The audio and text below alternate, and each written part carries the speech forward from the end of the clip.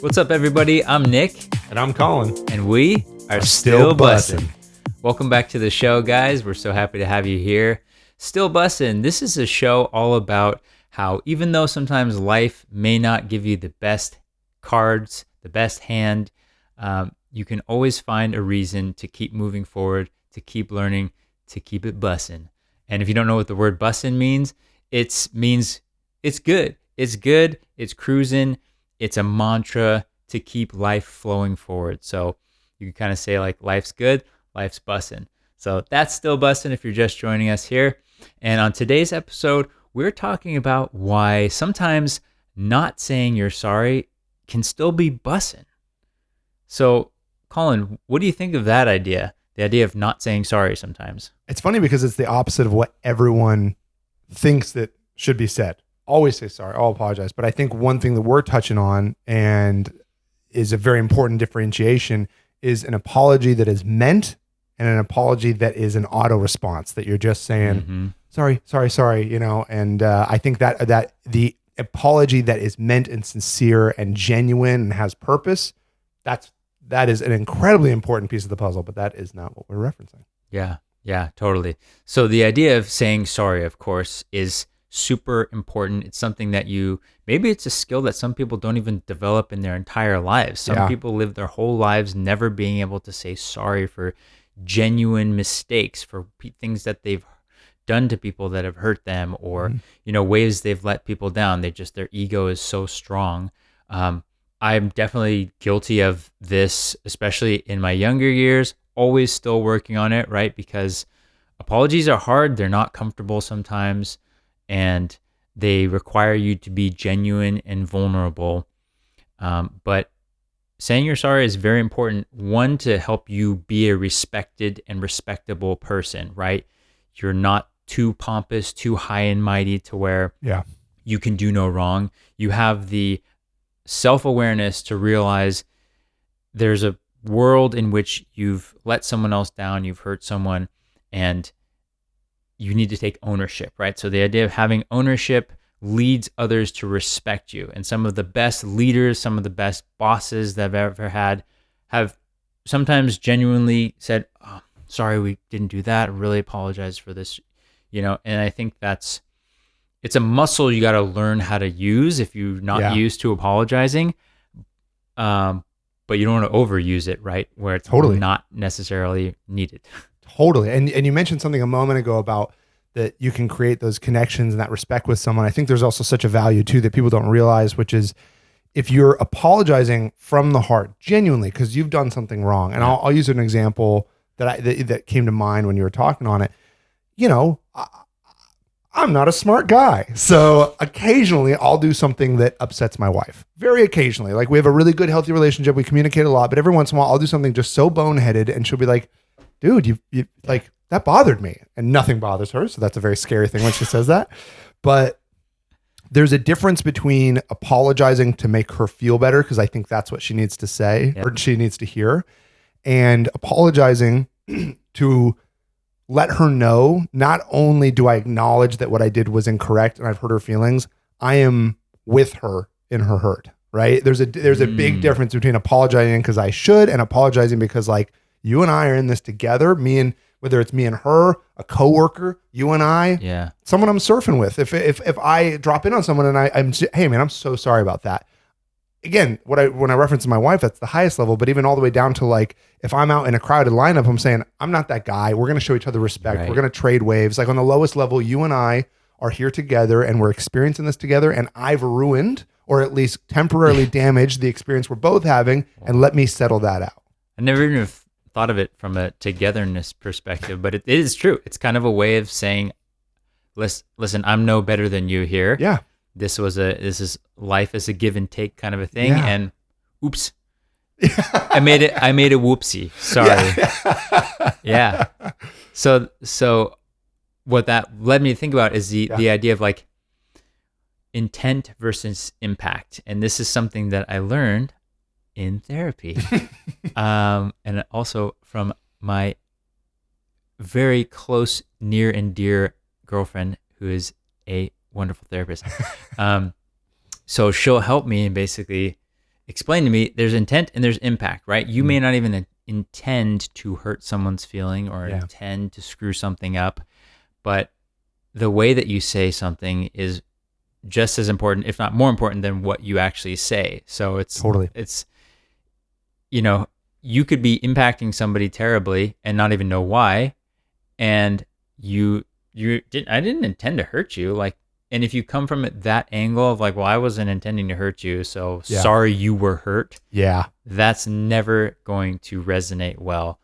You've got to have a level of empathy and put yourself in their shoes in order to be like, oh man, that was not great to experience from the other side. And then you come at it with that genuine apology. And I think that's when an apology is great.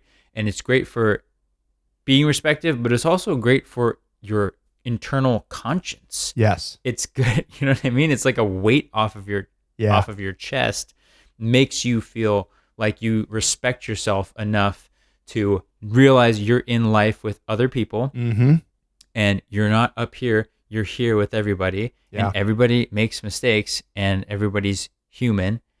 And if you can't truly look at yourself and say, I did screw this up, or that, like, I'm sure all of you listening right now, you can think at home of something you recently screwed up. And if you can't think of anything that you've screwed up lately, or in any way you've kind of let somebody down recently, you better start thinking about that. You need to apologize more. You need to think about, because we all let people down on a regular basis. Yeah. And to that point, it really does create like a sense of camaraderie, oddly, when you apologize in a real honest way. Like, I know that when there have been times when I've been hurt, when something happened and I was under the impression that it was maybe something that was done towards me as opposed to with me just as a byproduct. Yeah. When someone apologized to me, it didn't make me feel like it was me versus them. It made me feel like, you're both stronger, probably. Yeah. Like, hey, this thing happened and they're so sorry or whatever. Even for me, again, like if I were to offend someone in my life, I noticed there's this distance of like, they pull back because now all of a sudden I've separated myself from caring about them, being in their little emotional camp. And that apology can put you right back in that camp. And it's like, we're in this together. There's camaraderie here. I made a mistake and I'm willing to fix it with you and be in unison with you, as opposed to just operating individually. The scary part is that might take time. Oh yeah. So, but all you can do is you can only control what you are doing. Yeah. And if you feel you've wronged someone, or maybe if you don't feel like you've wronged someone, but you can see from their perspective that they might feel like they've been wronged, and you genuinely come across there, like, you deliver that apology as cleanly and as authentically as you can.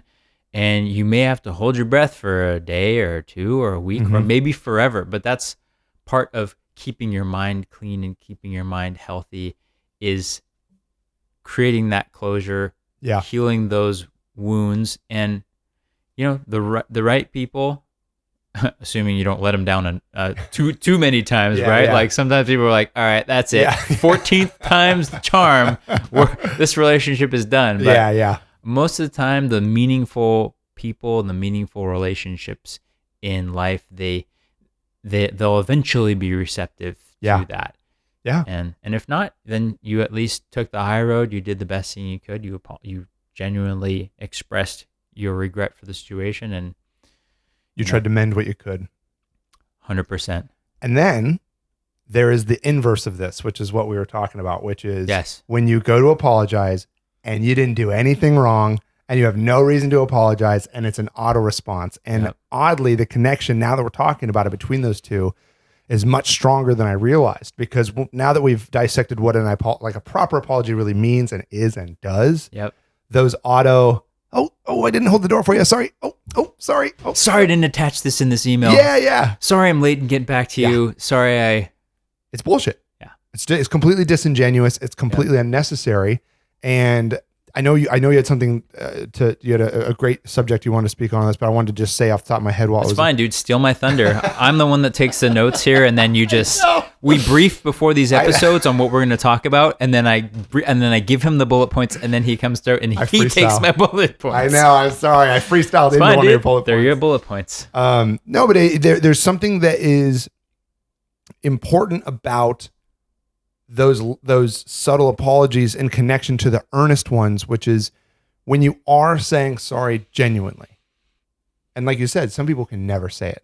There are people in my life who I know I'll never get an apology from, and that's okay. And I acknowledge that they've got their own path and whatever. Still love them. Yep. I recognize their actions as apologies. But when you are saying sorry earnestly, and then when you're saying sorry because you didn't attach something to an email, or you didn't hold the door for the person, or those little tiny moments, it makes the real ones less of value.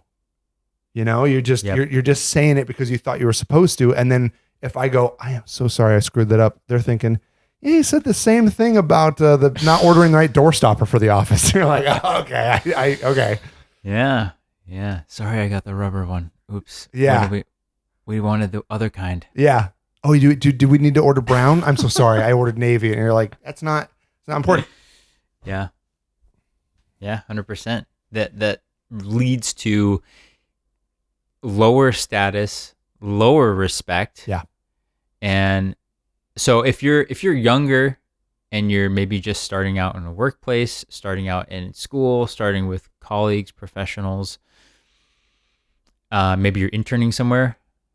Because this is where I experienced it the first, is like when I had people working for me, when I had interns, and probably when I was early in my career starting out and I was working for people. When you're nervous, you want to be liked by everybody. You don't want to let people down. So it's natural to be like, oh, sorry that I did not do this to your liking immediately. Yeah. But then it's like, how are you to know exactly what someone else is like, especially if you're just starting a job, an interview, you know, as an intern, like you are learning. Everything is learning the process. So you don't need to apologize for learning something. Totally. Apologize for not knowing something. Now, if you said you were going to do something and then you didn't, that's where apology is, right? Like you could be briefed on instructions on how to prepare a report for work, right? And you get these things and you do the best and you forget to put in one part. You genuinely forgot. Sure, you can say, sorry, I forgot this, or I guess that's okay. But it's more like when you explicitly are saying, I'm going to do this report and I'm going to do this thing and I'm going to have it by this time. And then if you fail to do that and then your boss doesn't have it for their meeting, then that's a genuine one. It's a bad one. You know, so it's being able to differentiate, but try to be aware of that if you're like a youngster listening to our show. Like you don't need to over apologize. Yeah. And there's so much value too in understanding the difference between so I'm with you. In my 20s, even I would say a few years ago, my early 30s, I was still, a great example is someone didn't come through. I was doing a project and someone did not come through with the final sound mix before the delivery date, right? It was due on the 15th. Sound delivery was the 14th, so we can make sure is the 16th. We still didn't have the sound delivery. And I have to go back to my client and tell them why we just missed a deadline to launch a project, which was not a good thing. And there was a big difference between that moment and me realizing if I say sorry, this is now my fault. And I'm not trying to pass the buck. I'm not trying to pass the buck. I was the producer of the project. Everything did come down to me ultimately. But there's a big difference between telling my client, I'm sorry that the audio is not ready, and the audio is not ready. We need to find another solution. Because then I'm putting myself in the position of the problem as opposed to the position of, again, camaraderie. We're in this together. Yes. A person that we were relying on did not come through. It's not their fault, whatever reason that it happened. But ultimately, this happened. I'm not responsible. Everyone saw the parameters. Everyone saw the due date. But now we have to find a solution together. And putting yourself in that lower rung of, I'm so sorry, the thing isn't here yet. Yeah. Well, did you screw it up? You're just painting a target right on yourself. Yes. Yeah, your red paint just...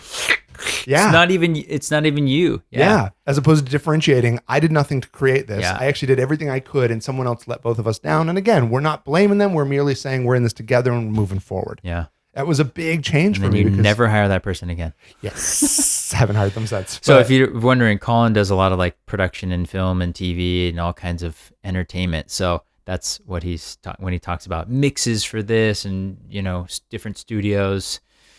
Yeah, he does like famous people movie stuff. And there are big deadlines, and there is a lot of people trying to blame each other for things going wrong in my industry. And so that's where those apologies are even more important, because people in Hollywood will find any chance to blame someone else. But there's a big difference between I'm so sorry I did this wrong and I'm blaming someone and this didn't go how we planned. Yeah. Let's find a solution. I imagine entertainment's probably one of the industries where it's the most prominent that the way that you climb the ladder is by kicking off the guy on the rungs above you. Yeah. Did you miss this up? Oh, next guy. I've watched I'm climbing. it happen. Look at me. Yeah. It's probably not, behind the curtains. I imagine it's not one of the prettiest industries. It's vicious. It's vicious. It's vicious. And again, that is why a true, genuine, heartfelt apology can be a differentiator between I'm just another guy and I'm a guy who says when I screwed up, you can trust that I screwed up and I'm going to tell you the truth. I've had clients come back to me because I was like, I ruined this and here's how I ruined it. And I am so sorry. And if you ever give me a chance, here's how I'd fix it. And they went, dude, no one ever takes the blame. Like, come on. I mean, it was like this, it was a show of honesty that they were appreciated. And then next time I blame someone else. No, you know, it makes a big difference and it helps a lot. So place blame appropriately. Yeah, truly. I mean, but also don't absorb blame, which is what those fake apologies do. I'm so sorry the cab is late. Did you order the cab late or is the cab late? Don't unnecessarily absorb blame. Boom. This podcast could have only been 9 seconds. Wow. And these were things I didn't put in my notes either. So this is why I do the freestyle. That's why I feel bad about picking your bullet So those few times, hopefully a few times, but like those appropriate times when you do need to apologize for something, hopefully you do have the self-awareness to realize where you dropped a significant ball and it really could point back directly to you. It's always better to make sure you give an authentic and genuine apology rather than just apologizing for the sake of apologizing. And I think we see this a lot more in like relationships, maybe like TV relationships, reality TV. Sorry you felt this way. That it's almost like if you're going to fake apologize or you're going to backhanded apologize, you may as well just not even apologize at all because that's going to make it worse. So how do you do a genuine apology in that moment? How do you do it? You know, I used to be really afraid of conflict. It was something that really it would keep me up and it would really bother me. And so apologies used to be very difficult for me. And usually when I was apologizing, far too late. Like it was just everything had gone off the cliff at that point.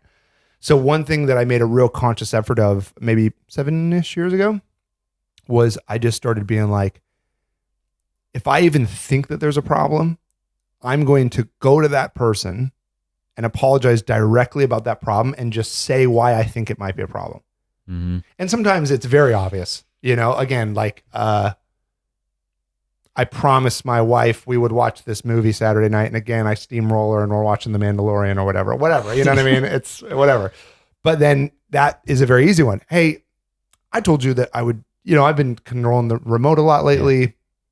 I'm so sorry. You know, that was on me. I just got excited about the next episode and boom, boom, boom. All the way down to, I apologized to someone recently because I was having a conversation with them. And I like to talk a lot of trash. I think it's just funny. And I'm basically, if I'm talking trash to someone, it means I like them and I care. Yes. And someone was in my family circle who is a family member, but also slightly outside of it. And so I said something, making a joke. And then a moment later, they referenced that actually related to them. And I was like, oh no. I had no clue. I actually had no prior knowledge of that previous to that moment 12 seconds ago. And so it bothered me. And thinking about what I've been doing the last couple of years, the next morning, I woke up, I went over to their house and I was like, hey, you know, I brought you some coffee. By the way, I said something at dinner last night and I didn't even know that this was in your life. Yeah. And he was like, I wasn't even thinking about that. I thought it was a funny joke. I was like, great, man. I just want to make sure that we're cool. I love you. Boom, boom, boom. Wow. Move forward and just address the situation nose on, because it's easier to do that. And again, I know we say don't unnecessarily apologize, but that could have caused a rift with a family member. So it was like, for me to just say, this I think was a problem. Is it or is it not? And if it is, I'm sorry. As opposed to, again, the very obvious to my wife, I'm sorry I took the remote again and watched another action movie or whatever. Like the nuances between those two, I've noticed just running into it head on. I find solutions, and it's also just ripping that Band-Aid as opposed to like working around it and trying to see if they are offended and, tipping your toe in. It's just like, hey man, am I dumb? Yes or no? Let's keep moving. Like, but you delayed it and it still worked for you. Totally. Like I had the opposite story happen to me at a wedding. Really? Because I was shooting a wedding, and I was talking to one of the bridesmaids or something, and she was like, how do you like doing wedding photography? And I was like, oh, it's so cool. Like, could have fixed something boring like accounting. Oh yeah. You will never guess what she said. Yes. Oh, I'm an accountant. And I'm like, I'm gonna go take pictures of the cake over here. Oh, just, it's like like you're in the elevator, like, when are you due? I'm not pregnant, Oh yeah. Yeah. And that's the thing, is just like the I didn't apologize, by the way. Failure. Sorry. You never saw I never saw her again. I felt bad though, but I think I told our mutual friend, like, hey, your friend, I forget her name, but I told her indirectly her job was really boring. Oh no. She probably makes way more money than me though, so accountants out there, we love you. The scales of life balances out. Yes. The profit and loss sheets of life balance out. Well done. The income statements of life balance out, don't they? Yeah. And they're not in my favor, apparently. Yeah, man. I think it's just all about that. Like, again, this is my style. I think it's funny. Like, emotions are a lot like art. Anyone can run a paintbrush over a canvas, but your style is what dictates your style of art. Yeah. I feel like emotions are the exact same thing. There's a lot of different styles you can approach things to. Again, I know people who have never apologized, and I know when they've apologized because of the action they did. That was their style. But, but I will say my style that I've seen the most success with, and also has alleviated the most amount of conflict, just run head first into it and deal with it and take your lumps and know that you were wrong, which is why you're apologizing in the first place. Yeah. Don't beat around the bush. Don't find yourself half apologizing and then squeaking out of it. Yeah. And I think that comes from empathy. It comes from, is the intent not matching with the impact? Is there a possible world where what I did caused this person to be let down, to feel upset, to be disappointed, where I could have been the cause of that? Yeah. And if you let that sink in for a minute and you're like, I don't want to hurt this person. I don't want to do that. Like, I didn't mean to do it, but it seems like, yes, there was a moment, like, I could totally see how that would be hurtful to you. I'm really sorry for that. And then that way you're going to come across honest and genuine. Because if you're not going to do it honest and genuine, then don't apologize. Some people, I have people in my life that have never said apologies for things as well.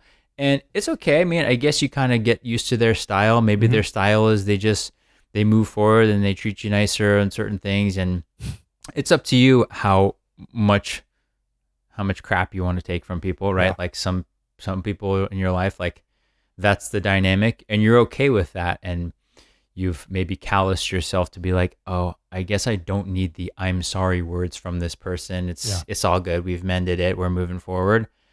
And then other people, you're like expecting that. So yeah, I think if it's not going to come across genuine, then, don't do it. Keep moving forward. That's okay too. So apologize when you're wrong.